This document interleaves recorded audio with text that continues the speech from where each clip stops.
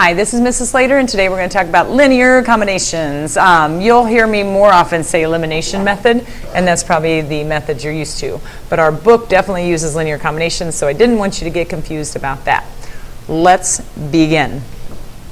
Okay, so to find the intersection of two lines by linear combinations, there's going to be a few steps involved. Please push pause along the way just to make sure you get everything written down and that you can listen at the same time. So again, we call it the elimination method, and we're going to multiply an equation so a variable eliminates, hence its name. And then the second step is we're going to add the two equations together. And the third step, we're going to use substitution to finish. Okay, so if you can remember those three steps, then you will be successful on the next couple examples. Okay, so let's go ahead and start with the first one. This is really nice because things are already eliminated. You can see that we have opposites right here, and anytime you add opposites together, you get 0. So that's exactly what I'm going to do. I'm going to add these two together. 5 plus 3 is 8x. That is 0, so I'm not even going to write it down. 30 plus 2 is 32, and it gives us a value of x equals 4. But we can't stop there. We're going to have to use substitution to finish. So we take 5 multiplied by x plus 2y equals 30, and then go ahead and solve to get 2y equals 10 and y equals 5. Now, in all answers, intersection points are an actual point, so we have to write that as an ordered pair, and that's going to be your final answer. Okay, so on the next one, it's not so easy because there's nothing that eliminates. The y's are different and the x's are different, and we need them to be opposite. Okay, so we look for what to multiply by to make it do that. And as you know, this is a review, so there's lots of different things you can choose here. I'm just going to go in one direction, and then tomorrow in class you can ask to see if it was okay to do it another way. All right, so I'm going to multiply the top by a -5, and I'm going to multiply the bottom by 4. So if you can see into the future, -5 and 4, that's going to give you a -20x, and 4 and 5 is going to give you a 20x. That should happen anytime you multiply through.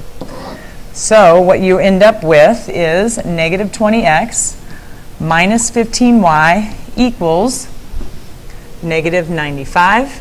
And then if you multiply 4 through the bottom equation, 20x plus 28y equals 160. And now we're to the step where we add them together. The x's eliminate. 28 minus 15 is going to give you 13y. And then 160 minus 95 is going to give you 65. And then when you divide them, you're going to get 5. Okay, again, don't stop there. Take 5 and plug it into one of the original equations. So we have 4x plus 3 times 5, times 5 equals 19. Okay, and then 4x is going to equal 4, x is going to equal 1. Final answer, you'll need it in ordered pair form, 1, 5, making sure that the x is first and the y is second. Okay, so let's go on to more difficult problems. Sometimes you're going to be running into decimals. And with decimals, sometimes it's a little more stressful because it's harder to visualize how to get it to be eliminated. So this is what I'm going to suggest. Notice there are 2 decimal places here. So before I even begin, and then there's 3 decimal places here. So before you even begin trying to figure out a variable to eliminate, I want to first put it in order. You need your x's, your y's, and then the numbers in the certain columns. And right now, we're all mixed up. Okay, and then 2, we want to get rid of the decimals. Okay, and you can do that by multiplying through by 10 or 100 or 1,000 or 10,000, however you need, depending on the decimal places. So in the first one, it's multiplied by 2 decimal places. So we're going to multiply through by 100. So you have 100x plus 35y, because it's going to move the decimal place over 2 places, equals 360.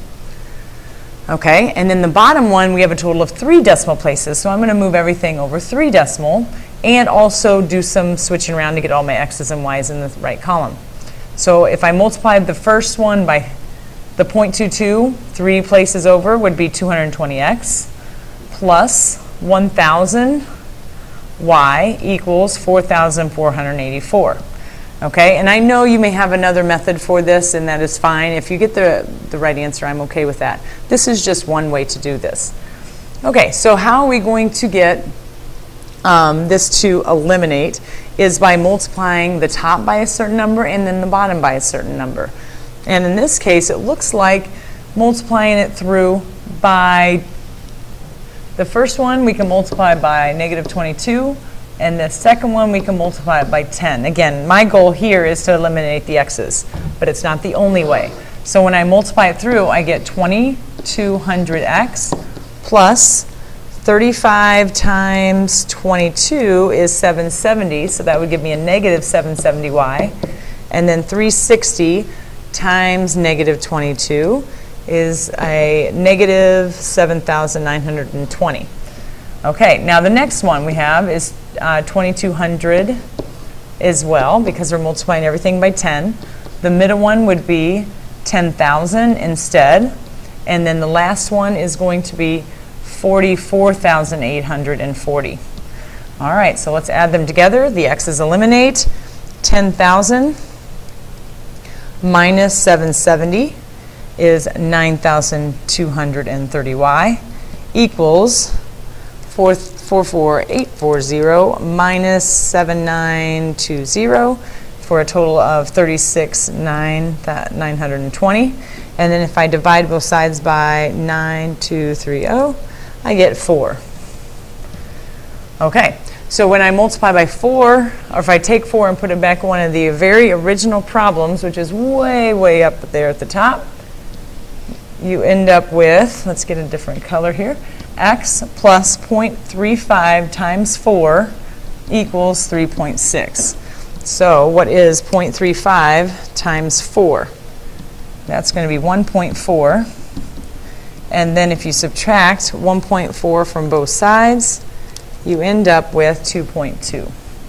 So your final intersection point is at 2.2, comma, 4.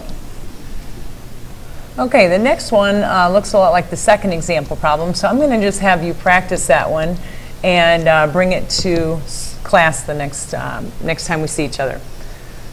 So go ahead and write that down and practice. And then I'm going to end with a fraction problem. Now, keep in mind that fractions are your friends. Please don't have a negative attitude about them. They're actually going to, this one probably is going to be easier than the decimal one we just did. Okay, so how do you get rid of fractions? You're going to multiply by the greatest common denominator. In this case, 10 is the only thing in the denominator, and 1, because the ones are all invisible. So what we can do is multiply the top by 10 and the bottom by 10, and then we don't even have to worry about the fact that there are fractions in there to begin with. So you have 10x minus y equals 1,000, and then we have 10y minus x equals a negative 1,000. Okay, now if you notice, these are out of order, so that's the next step we're going to have to make, is 10x minus y equals 1,000, and then negative x plus 10y equals a negative 1,000. Okay, and what can we multiply through by to get them to be opposite? Looks like the top we can multiply by 10, and the bottom we don't have to multiply by anything, because we're going to create negative 10y on the top and 10y is already there in the bottom. All right, so multiply it through. You get 100x minus 10y equals 10,000, because you're multiplying it by 10, and then negative x plus 10y equals a negative 1,000 for the second one that does not change. Okay, now we're at the adding step. If you're going to add 100 minus, these are integers, so that's why we're adding the two integers together. 100 plus a negative 1 is 99x. Those eliminate, and then when you add the 2 in the back, you're going to end up with 9,000. Okay? you end up with 90.90909. Looks like we got a repeat. So I'm going to erase this and then put a fraction bar over the repeating decimal. Okay, now what that could be if we push math, enter, change it back into a fraction, that might be easier to use when we plug it back in. Okay, so that's our x value. Our y value, we can take that and go all the way back to the original problem, or we can go to the second one because you don't have to deal with fractions again. So I'm going to go back to the second one where I have 10x minus y equals, and let me just double check, 1,000. And then I'm going to replace my x value with 1,000 over 11 minus y equals 1,000. All right, so let's clean up the first one. 10 times 1,000 divided by 11. So we get 909.09 repeating.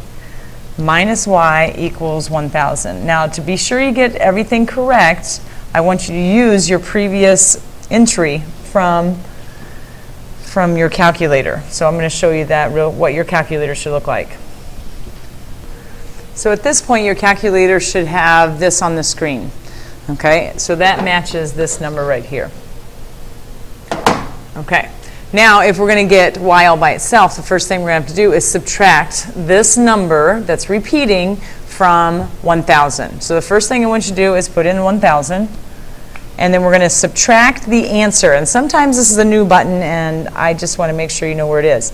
Look, go to the negative sign, and look where it says ANS. Well, that means answer. So if we want to take 1,000 minus the previous answer, we can just go second, answer, and it will use that 909.09 repeating for that spot. And when you push enter, there's your answer. So you end up with 90.90 repeating, and then if you divide by negative, you get this.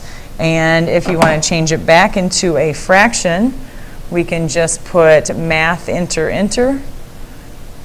and we get the 1,000 over 11 again. But this time it's going to be a negative.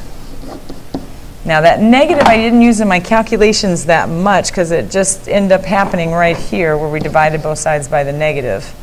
Okay, so that's our intersection points. Fractions are your friends, and that concludes today's lesson.